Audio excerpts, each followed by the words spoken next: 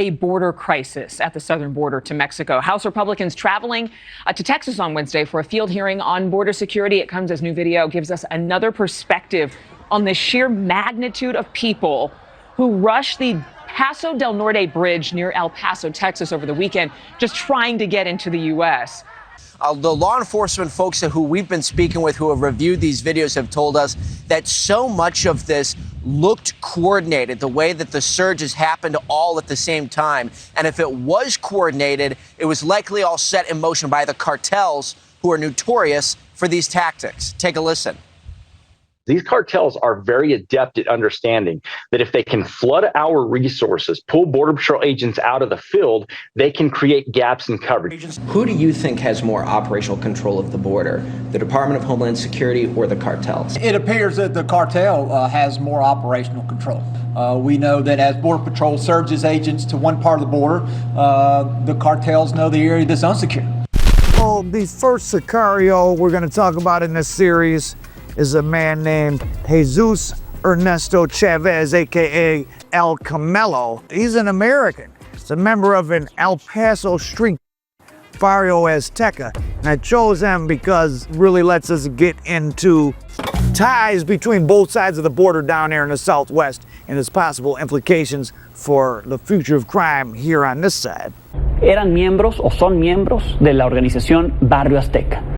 Now, El Camelo is today supposed to be doing life, but I'm sure they changed his name. At the least they have him in a witness segregation. Who knows? Maybe one day he'll get out. It's possible he's out now. I kind of doubt it, considering the crimes he had to plead guilty to. Jose Guadalupe Diaz, an alleged member of the Barrio Azteca gang, is accused of shooting and murdering consulate employee Leslie Ann Enriquez Catton and her husband. He testified against some other high-level narcos in his trial, admitted that he controlled a group of hit squads of sicarios that were responsible for at least 2,000 people in Juarez in less than a year. He said he stopped counting after a while. And this was during the big flare-up of the war we all kind of heard about back in 08, 09 when Juarez went crazy because El Chapo and Sinaloa wanted to take over from Vicente Carrillo Fuentes, who was the nephew, I guess, of Amado Carrillo Fuentes, the Lord of the Skies, the guy who supposedly died getting plastic surgery in '97 after transporting 25 billion in cocaine during the late 80s and 90s. He's known as El Viceroy. New video just into our newsroom tonight of Vicente Carrillo Fuentes being taken to a police helicopter. Fuentes is the suspected leader of the Juarez drug. There was a $5 million reward on his head from U.S. authorities alone. A highly dangerous, high-risk individual that is a discredit to our community. The cartel leader was tied to mass graves Juarez police uncovered in 1999. So El Camelo, like I said, is a member of a U.S. street gang. He was born in El Paso, and El Paso and Juarez actually are kind of like the same city. It's just El Paso's on the U.S. side of the border and Juarez on the south. El Paso on a map is strategically important because you can access you can access the entire U.S. interstate system. That's why El Paso is strategically important, and that's why the gateway in Juarez has been strategically important to the cartels to control that area, because it does allow them to touch every part of the United States. El Camelo is from Barrio Azteca, as a gang formed in Texas prison system around 1986 for guys out of El Paso. I mean, Texas is such a big state. You know, you got gangs just even by region. It's like in California, you got Norteños and Serranos, but Barrio Azteca has become serious organized crime. So just like in Tijuana with the gangs out of Logan Heights who have been implicated as being assassins or were for the Arellano Felix brothers when they were attempting to fend off El Chapo, which it didn't. I mean, Chapo got Tijuana and got most of Juarez. That's why he became #1 for a while. And in El Paso, Barrio Azteca started working with La Linea, which was the line, the police line, the Juarez police who worked with different elements of the Juarez cartel. El grupo delictivo La Línea es la facción principal del cártel de Juárez. Opera principalmente en el estado de Chihuahua. Esta célula está integrada en su mayoría por ex policías. En el 2021 formó alianza con el cártel Jalisco Nueva Generación para así ganarle territorio al cártel de Sinaloa. And Barrio Azteca was coming across the border to kill lots of people. So not just the guns that do the homicides in Mexico, but some of the people are coming from our side. So it's important when you think about what's going on. A lot of it, or some of it, is done by American citizens. And in fact, Edgar Villarreal, aka La Barbie, the Ken doll, who was the blonde-haired, green-eyed Laredo, Texas football player who ended up becoming the most powerful gringo narco ever. La Barbie is one of the people in Nuevo Laredo, another city that straddles the border with the U.S. city, Laredo, where he was from, elevated the scale and brutality of the violence. So you're an American-born guy in low-crime suburban Laredo, Texas, just like the Barrio Aztecas, who not only participated, but helped take things on the other side of the border to another level. Ciudad Juarez and El Paso form the largest bilingual, binational workforce in the entire Western Hemisphere. They're really just one city separated by the fact that they're different countries, but they blend into each other. And that's what's was interesting for me to think about as it pertains to the future of what's going to happen with crime and cartels in America, because if you already have people like Barrio Azteca coming across the border to do work, and the work coming from across the border to the U.S., pretty soon these cities might start blending together, and you could have formerly low crime places like San Diego, Laredo, home of La Barbie, and El Paso becoming more like Juarez. The latest arrest celebrated by the Mexican government is of this man, Arturo Gallegos Castrellon. Mexican authorities say he's the leader of a vicious street gang carrying out deadly hits for the Juarez cartel. So when he eventually cut his deal in about 2011, maybe, testified, El Camelo admitted to an astounding 800 rooms in Juarez, while overseeing 800 rooms as the sicario in charge of the other Barrio Azteca sicarios. Now, these 800 happened between just January and August of 2009, and he thought he might have been involved in killing 2,000 people during his whole time, though he stopped keeping count after a while. And El Camelo said that the Barrio Azteca hit squads were given a quota, 8 hours a day, at the peak of the action. And remember, Barrio Azteca was helping elements in Juarez, along with La Línea, which was the Juarez police that had all gone to the dark side to fend off El Chapo, trying to take over smuggling route through Juarez. And so 8 homicides a day was their quota at the peak of the war. Wow. Cities that are the main border crossings for substances from the south, El Paso, Juarez, Tijuana, San Diego, and Nuevo Laredo, you see that the Americans are a part of the problem, not just with buying the substances, sending the guns, but it's even really brutal people going over there. And I think it's a sign that, all human beings will do the same thing given a lawless environment.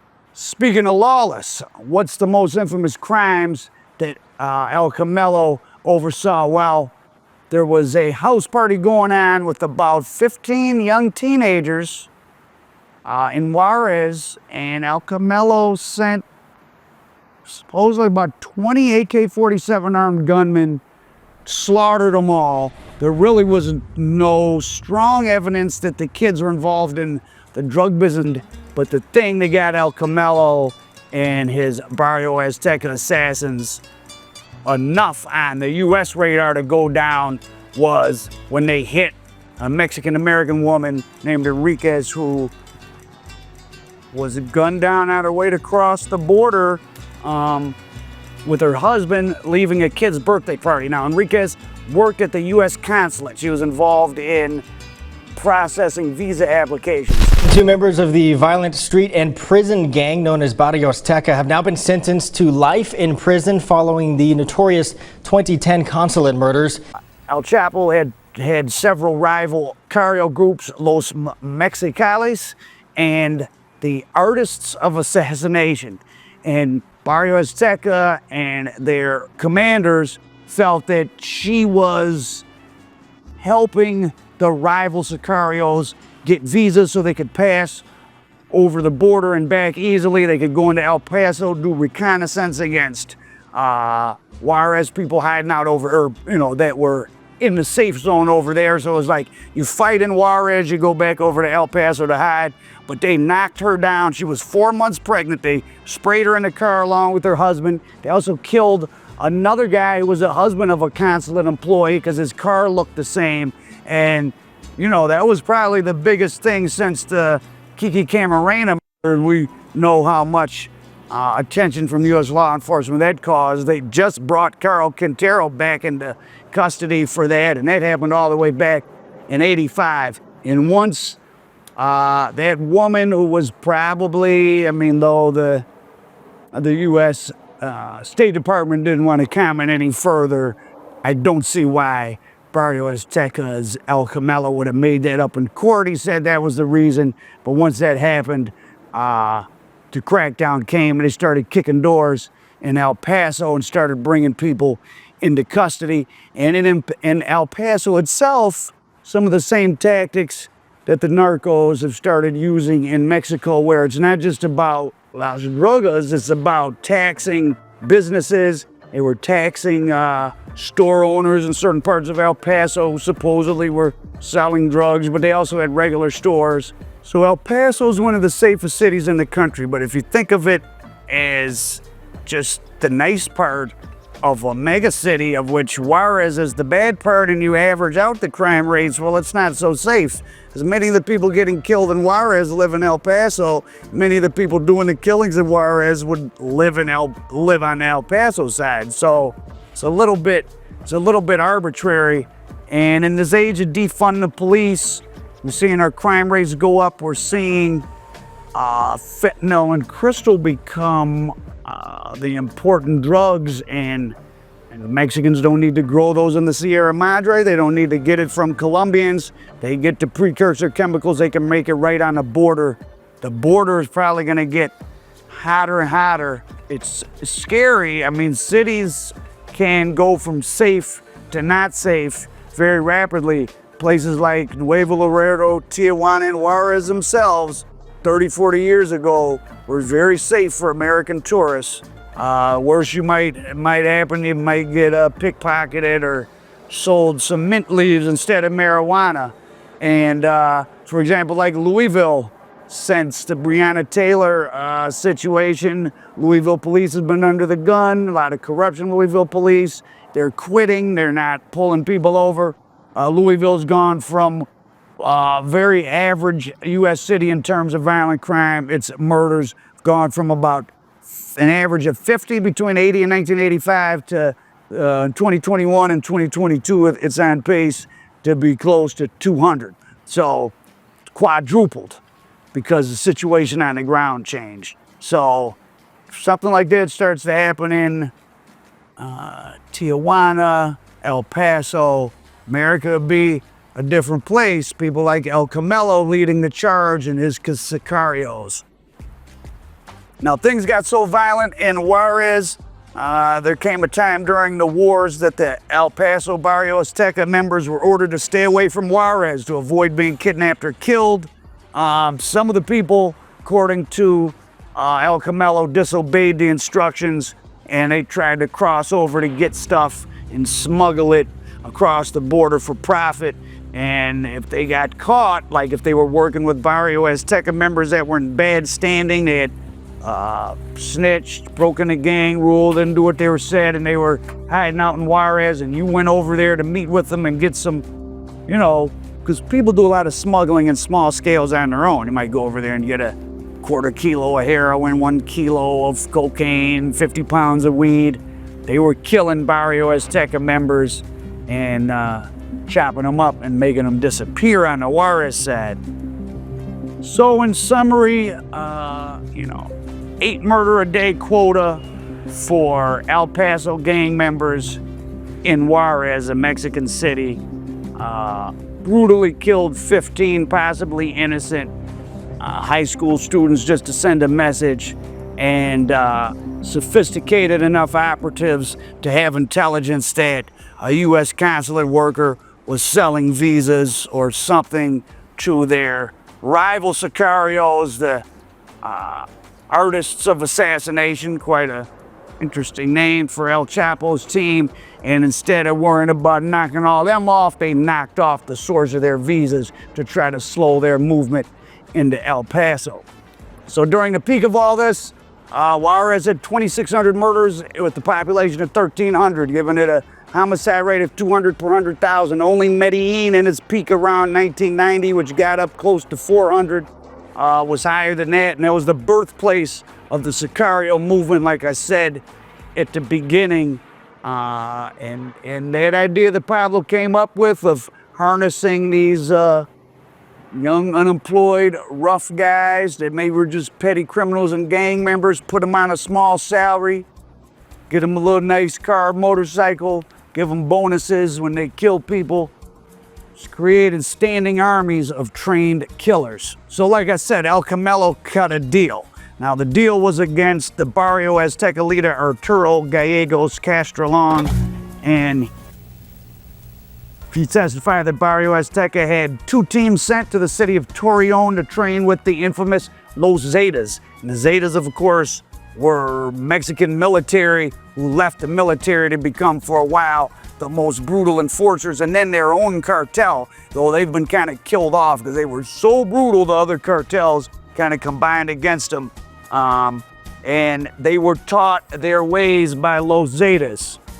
El Camelo, aka the Pusher, a gang member from El Paso, Barrio Azteca, just one of many brutal sicarios with perhaps dozens or hundreds of homicides under their belt personally, and thousands that he oversaw leading the Barrio Azteca hit squad. I think he's important, and so is the story, because if the sicarios themselves are coming from the U.S., at some point, maybe they're just going to start doing their work over here. Barrio Azteca, Al Prophet, American Dope.